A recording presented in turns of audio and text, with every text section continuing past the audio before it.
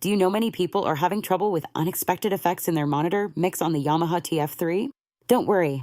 In this video, we'll show you how you do this. Let's start. Step 1. Check sends. Start by checking if the effect sends are configured pre-fader. Pre-fader sends keep sending signals despite the fader position. Ensure sends are adjusted according to your needs. Step 2. Alter AUX settings. Go to SEND to AUX settings where you can alter send levels and verify if they are set pre or post fader. Ensure settings match your desired audio routing. Step 3. Verify FX send.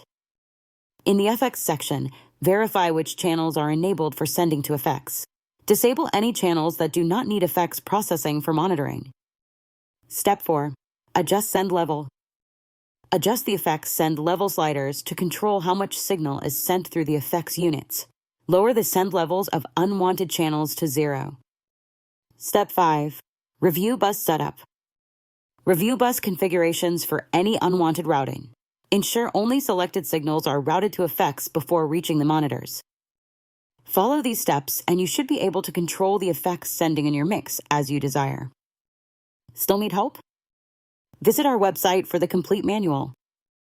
There you will also find questions and answers from other Yamaha users. Did you find this video helpful? By subscribing, you help us continue to answer users' questions. So, subscribe to our channel. Thanks for watching and see you in the next video.